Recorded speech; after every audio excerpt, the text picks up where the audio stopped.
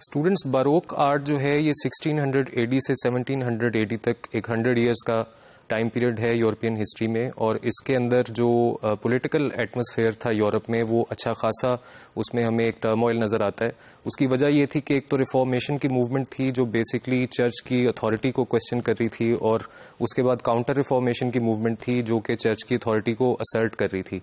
Barog art basically counter reformation movement के जो political ends थे उनको मीट करने के लिए एक स्टाइल डेवलप हुआ, क्योंकि लार्जली इसमें जो अथॉरिटी थी उन्होंने आर्टिस्ट को कमीशन किया ऐसा काम जो कि चर्च की अथॉरिटी को एंडोर्स करे। उसमें बिब्लिकल स्टोरीज और चर्च के जो रिलेटेड इवेंट्स होते थे उनकी बहुत ज़्यादा फ्रेस्कोज हमें नज़र आती हैं, पेंटिंग में बहुत ज़्यादा उसका असर नज़र आता है, और इसी तरह स्कल्पचर और आर्किटेक्चर में भी उसकी एप्लीकेशन नज़र आती है। इसके अंदर जो दूसरा इसका एस्पेक्ट जो बहुत इंपॉर्टेंट है वो ये था कि ये रिएक्शन था मैनरिज्म के अगेंस्ट।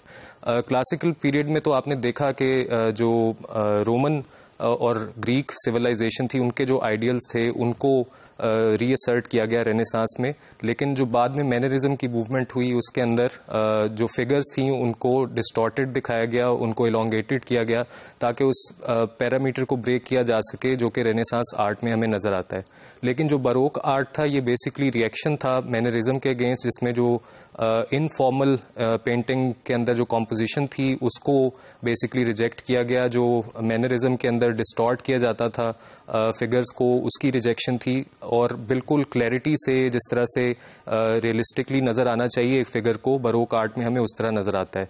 लेकिन उसके साथ साथ उसमें और फीचर्स भी ऐड हुए जिसमें बहुत ज़्यादा फोकस डेवलप किया गया इमोशन के ऊपर, उसकी इंटेंसिटी के ऊपर, क्योंकि वो बिब्लिकल स्टोरीज की एक एग्जाम्पल उसके अंदर हमें बार बार नज़र आती है, और वो सब्जेक्ट मैटर जिस तरह से बारोक आर्ट का नज़र आता है उसमें बहुत इंपॉर्टेंस थी कि जो व्यूअर है वो उस सीन के साथ इंटीग्रेट कर सके और उस सीन को लिव कर सके। उसमें पार्टिसिपेशन एक नेसेसरी रिक्वायरमेंट थी जो कि ऑडियंस की और व्यूअर की रिक्वायर्ड थी।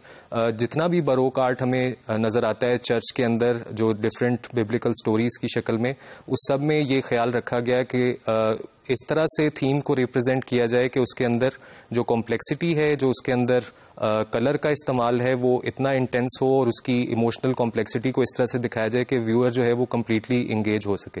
इसके साथ साथ कुछ और फीचर्स भी इसमें शामिल थे, जिस तरह के जो भी सिचुएशन को डिपिक्ट किया जाता था उसको बहुत डायरेक्टली डिपिक्ट किया जाता था। जो एक्शन का फीचर हमें नज़र आता है पेंटिंग्स में और स्कल्पचर में कि मूवमेंट जो कि रेनेसांस पीरियड में हमें एक स्टैटिक मूवमेंट नज़र आती है, बारोक के अंदर हमें एक डायनामिक मूवमेंट नज़र आती है।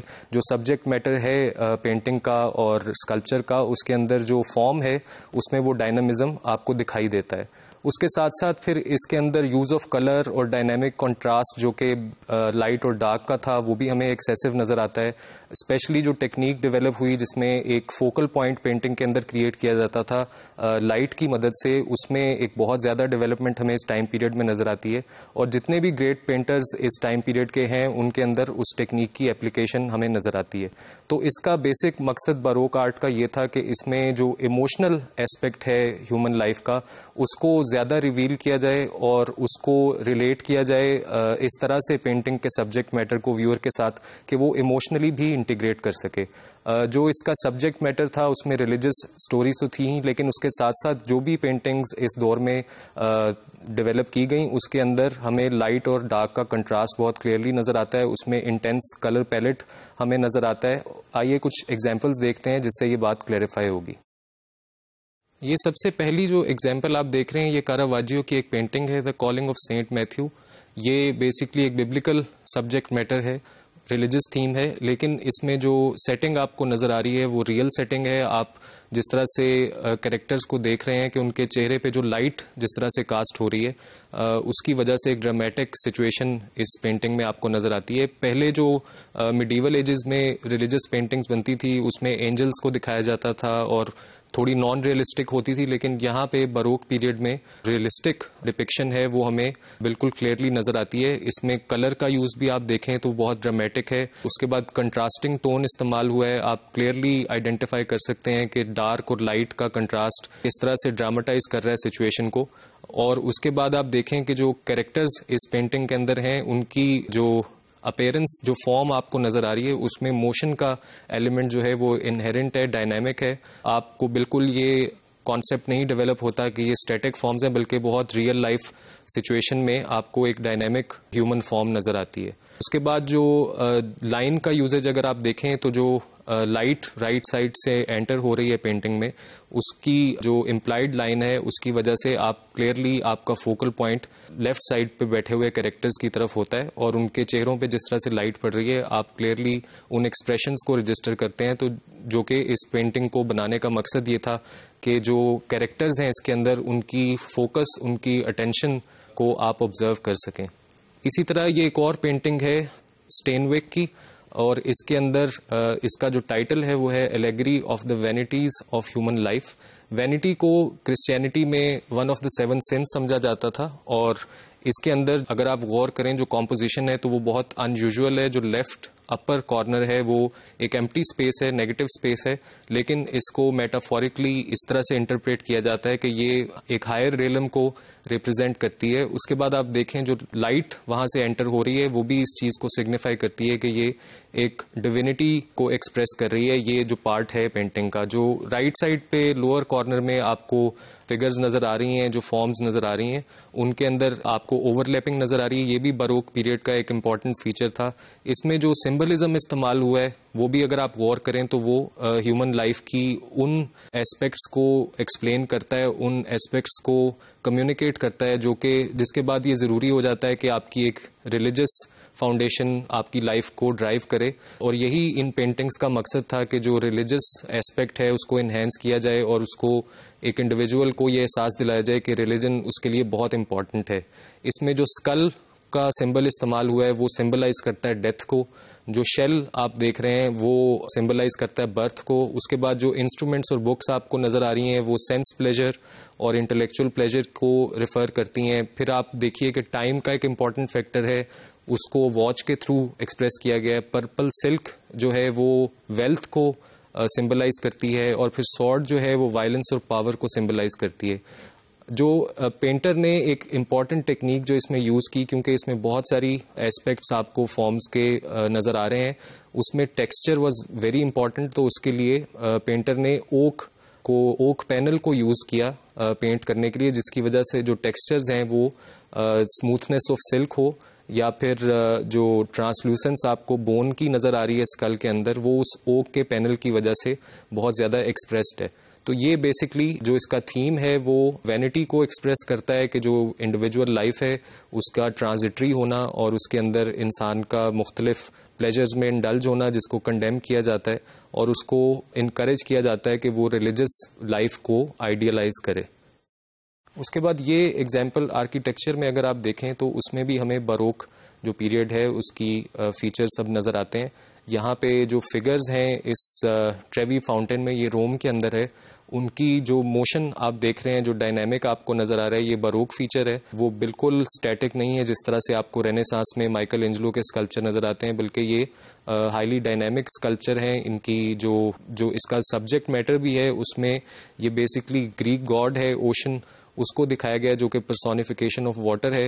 ये 5.8 मीटर हाई इसका स्कल्पचर है और ये बराची ने डेवलप किया है। उसके बाद इसमें आप देखें कि जो बॉडी इसकी जिस तरह से दिखाएगी उसमें जो मस्कुलेचर है वो बहुत इंपॉर्टेंट है कि उसके अंदर आपको इंक्लिनेशन नज़र आता है पावर की तरफ। उसके बाद जो आप 2 हॉर्सेस देख रहे हैं दोनों साइड्स पे, उसमें एक कामनेस को रिप्रेजेंट करता है और एक जो है वो वायलेंस को रिप्रेजेंट करता है, जो कि दोनों ओशन के फीचर्स हैं। उसके बाद आप इसमें एक ड्रामेटाइजेशन देख रहे हैं, एक इमोशनल इंटेंसिटी है इसके अंदर। जो कैरेक्टर्स हैं उनकी अगर आप एक्शंस देखें तो उससे आपको बिल्कुल ये आइडिया होता है कि उनको एक लिविंग मोमेंट के अंदर कैप्चर किया गया है। और इस तरह के जो थीम्स थे उनको भी एक्सप्रेस करने का मकसद ये होता था कि जो इंडिविजुअल है उस वक्त में वो एक हायर रियलम को, एक और दुनिया को कंसेप्चुअलाइज कर सके, विजुअलाइज कर सके, ताकि उसकी जो रिलीजियस इंक्लिनेशंस हैं उनको बढ़ाया जा सके। ये बर्नीनी के स्कल्पचर की आप एग्जांपल देखें, जो कि आपको क्लियरली नज़र आता है कि इसमें भी मोशन का एलिमेंट, लॉयन का जो स्कल्पचर है ये क्ले में मॉडल किया गया है, इसमें भी मोशन का एलिमेंट इम्प्लिसिट है।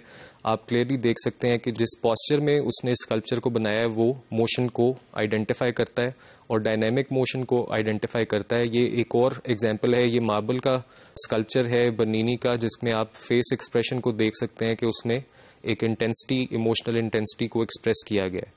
तो इस तरह से जो बर्नीनी के स्कल्पचर्स हैं उनमें आपको क्लियरली ये बात नज़र आती है कि इमोशनल इंटेंसिटी जो है वो आर्टिस्ट का पर्पस है और उसी को वो कम्युनिकेट करना चाहता है। तो स्टूडेंट्स, बरोक आर्ट में जो डेवलपमेंट हुई उसमें ह्यूमन इमोशन को इस तरह से फोकस किया गया कि पेंटिंग के अंदर उसकी एग्जीक्यूशन हो सके, उसकी सारी कॉम्प्लेक्सिटी और इंटेंसिटी को जहन में रखते हुए। इस वजह से जो पेंटिंग्स हमें उस दौर की नज़र आती हैं उनके अंदर एक थिएट्रिकलिटी, एक ड्रामाटाइजेशन और एक सिचुएशन के लिविंग होने की एक डिपिक्शन हमें नज़र आती है। उसमें एक फ़ायदा ये भी हुआ कि आर्टिस्ट ने बहुत ज़्यादा डिटेल को एक्सप्लोर किया थीम्स की और बहुत कॉम्प्लेक्स थीम्स को इस्तेमाल किया, जिसकी वजह से जो जनरली आर्ट में डेवलपमेंट थी, ह्यूमन सेंसिटिविटीज़ में डेवलपमेंट थी, किस तरह से आप आर्ट को देखेंगे, किस तरह से आप डिफरेंट एलिमेंट्स और प्रिंसिपल्स को इस्तेमाल करेंगे और फिर किस तरह डिफरेंट टेक्निक्स को इस्तेमाल करेंगे एक आइडिया को कम्युनिकेट करने के लिए, उसमें बहुत ज़्यादा डेवलपमेंट हुई। ये जो डेवलपमेंट थी बरोक आर्ट में, ये इसने 100 ईयर्स का स्पैन है, जिसमें हमें बहुत ज़्यादा पेंटिंग के अंदर, स्कल्पचर के अंदर और आर्किटेक्चर के अंदर इसकी एप्लीकेशन नज़र आती है। और ये एक पूरा स्टाइल है जिसको बाद में आने वाले पेंटर्स के लिए इसने एक बहुत फाउंडेशन का रोल प्ले किया इन टर्म्स ऑफ एस्थेटिक्स, जो कि यहाँ पे डेवलप हुई इस टाइम पीरियड में। और जो टेक्निक, जिस तरह आपने देखा कि लाइट का इस्तेमाल और टोन का इस्तेमाल जो डेवलप हुआ इस टाइम पीरियड में, उसने आर्टिस्ट को बहुत ज़्यादा हेल्प आउट किया।